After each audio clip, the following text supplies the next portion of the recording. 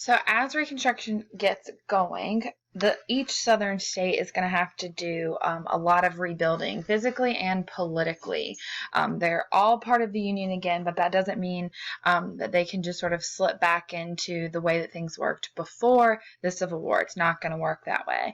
So each state has to specifically decide how their government's going to work, and they also have to decide what the role is going to be for African Americans in this new era.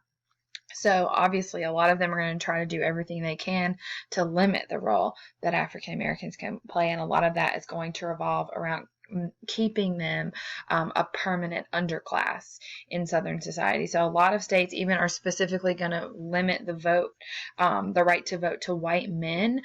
Before this, it didn't have to be because African Americans weren't citizens, and they aren't yet even, but they know that that's something that the radical Republicans are going to want to be working on. So a lot of states even write into their state laws that only white men can vote. And every single Confederate state is also, or former Confederate state, I should say, is also going to institute a series of laws called Black Codes. Each one of them, somehow are different, different laws in different states, but they all, a lot of them are the same or similar, but they're all called Black Codes.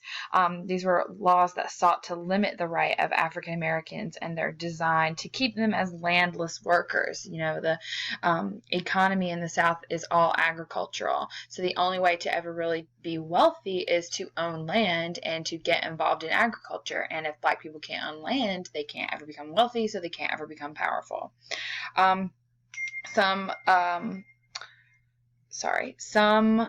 Black codes required people to required African Americans to only work certain jobs, things like servants, farm laborers, basically jobs that would have been open to African Americans during slavery, so jobs that slaves would do.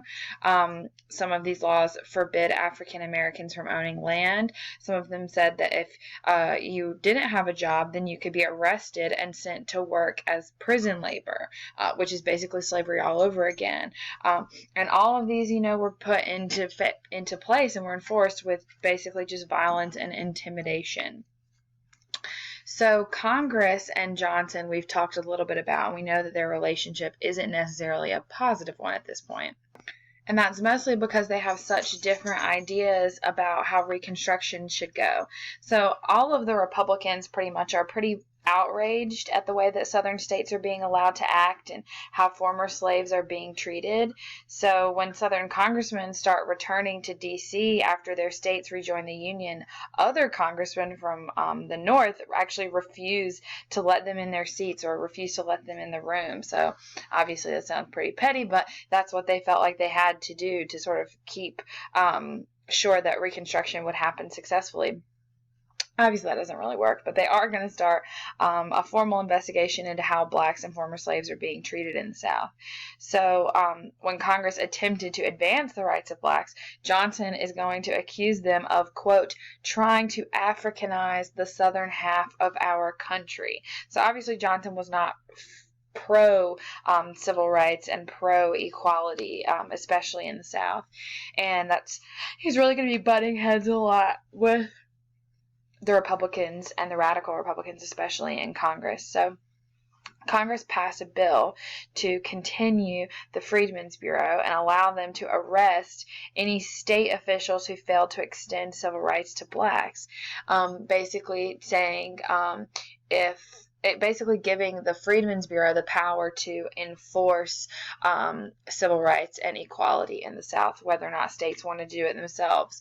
Johnson immediately vetoed that bill. Then Congress passed the Civil Rights Act of 1866, which would overturn black codes. It's important to get that year down because there are a lot of civil rights acts in American history, and if you Google it, you got to make sure you're Googling the right one. So obviously Johnson's going to veto that also. So things are not going well, and Congress's plans aren't really actually getting put into effect because Johnson is blocking them. So violence against African Americans in the South just continues to get worse, and Congress is blaming Johnson because he's trying to block, or he's not trying, he's successfully blocking all of all this legislation that could make things better for African Americans. So Congress actually manages to get the required majority for the first time in history, and they override Andrew Johnson's veto, making the Civil Rights Act of 1866 a law. So the Civil Rights Act of 1866 does go into effect. It's the first time ever in history that in the United States, Congress was able to override a presidential veto. After they do that, we begin an era that we call radical Reconstruction, which is where Congress is basically setting themselves up to where they don't need Andrew Johnson anymore. They can override his vetoes whenever they want, which means that he's basically useless. So Republicans come together over the next year and they start working on a program specifically to protect the rights of freedmen. They're going to pass the 14th Amendment, which guarantees equality under the law for all citizens. It also says that any state that doesn't allow African Americans to vote would lose the congressional seats they held based on a population that included black voters. And they also counteracted a lot of Johnson's pardons and forbid any Confederate official from holding a federal or state office, which is a pretty big deal. So once again, they're just making helping African Americans a number one priority here. They're also, They're also going to make sure that they can enforce these laws, and they're going to do that with the military. So again, by overriding a presidential veto, Congress passes the Military Reconstruction Act of 1867. This act divides the entire South into 5 different military districts, and each district is going to be governed by a Union general, and is going to be occupied by the Union Army. It also requires each state elect a brand new state government, write a brand new state constitution that abolished slavery, and they also have to ratify the 14th Amendment. Only then could they regain admission to the Union. So they're basically forcing states to ratify the 14th Amendment, which hasn't ever really been done before. So, tensions by 1867 between Johnson and Congress are at an all-time high. Things are starting to reach a peak, and Johnson is feeling like he doesn't have a lot of options left, and the only thing he really has control over is the executive branch. So what he's going to do is just start firing people, just firing cabinet members and people who are in the executive branch, anyone who he thinks is opposing him, he's firing them. Now, in order to appoint people to the cabinet, the president has to have them approved by Congress. They usually are, but he does have to have them approved. So the Republicans are thinking, hey, we shouldn't allow him to just willy-nilly go around firing people. We should make sure that he has to have congressional approval to undo all of these appointments that we've had. So they passed the Tenure of Office Act. Tenure basically means like job security. So this required Senate approval to remove certain officials from office. So obviously Johnson vetoes the bill. And, I've told you before that when a president vetoes a bill, he typically writes a veto message saying why he vetoed the bill. And he asked his Secretary of War, Edwin Stanton, to write out his veto message, but Stanton actually faked arthritis so that he wouldn't have to write the message. So Johnson's like, whatever, I'll write it myself, but it doesn't matter because Congress overrides his veto anyway. But so now Johnson has to have congressional approval to fire anyone, but he doesn't care, and he's feeling a little bit like this picture depicts him at this point, sort of power hungry. And so he fires Edwin Stanton anyway without congressional approval.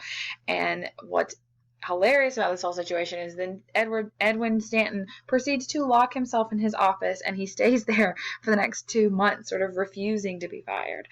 So what do you do when a president breaks a law? You charge him with a crime, and charging an elected official with a crime is called impeachment. So that doesn't mean that they've been found guilty. Saying that someone was impeached just means that they were charged with a crime. So the way that works is you vote on whether or not to impeach them. If the vote is yes, Then they're impeached, which means they're charged with that crime. So Johnson is charged with violating the Tenure of Office Act. Then they have his impeachment trial. Johnson is found guilty. There's not really much of a defense there. He did fire the guy. It was illegal. So then after that, they have a vote to decide whether or not they want to remove Johnson from office. So it is possible to be impeached, found guilty, and still keep your job. And that's exactly what happens here. He is able to stay president of the United States just by one vote. After that, Johnson promises to enforce all of the Reconstruction acts and sort of be on his best behavior, but it doesn't really matter after that. The relationship is too far gone between him and the Republicans, and they don't care. Because of that, in 1868, Ulysses S. Grant is going to be elected president, and he is going to help get the 15th Amendment passed. A lot of white voters were voting for Democrats at this point, even white voters in the North.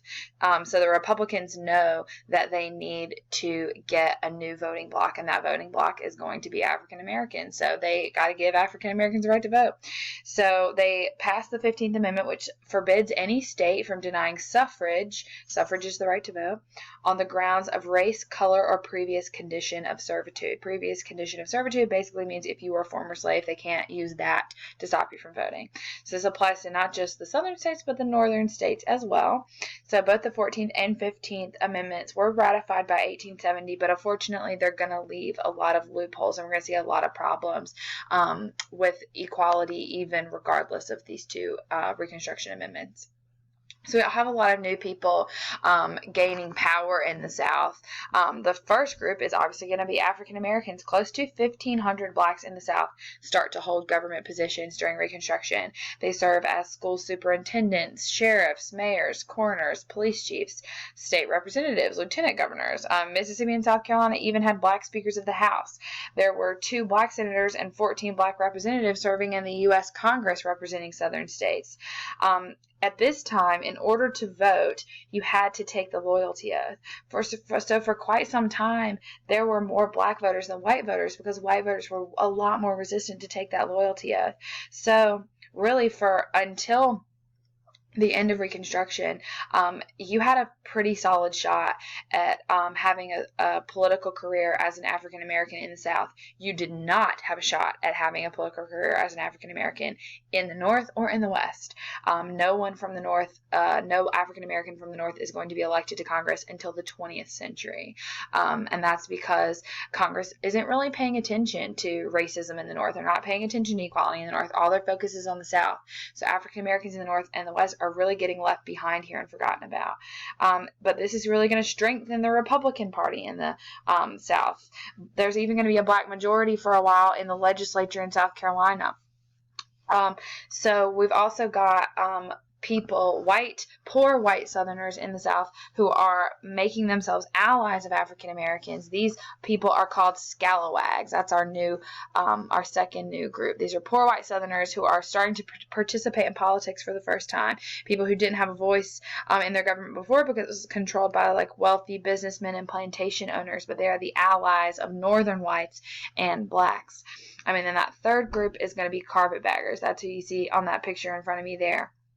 Carpetbaggers are northerners who come to the South looking to make money off the misfortune of the South. They carry their belongings in carpet-clothed suitcases. So to carpetbaggers, the South is like the new West. There's land to be bought, new career opportunities. A lot of them are young and more educated than a lot of Southerners. So they think, hey, while the South is really struggling right now, I could go down there and use this as an opportunity to get some good stuff going on for myself.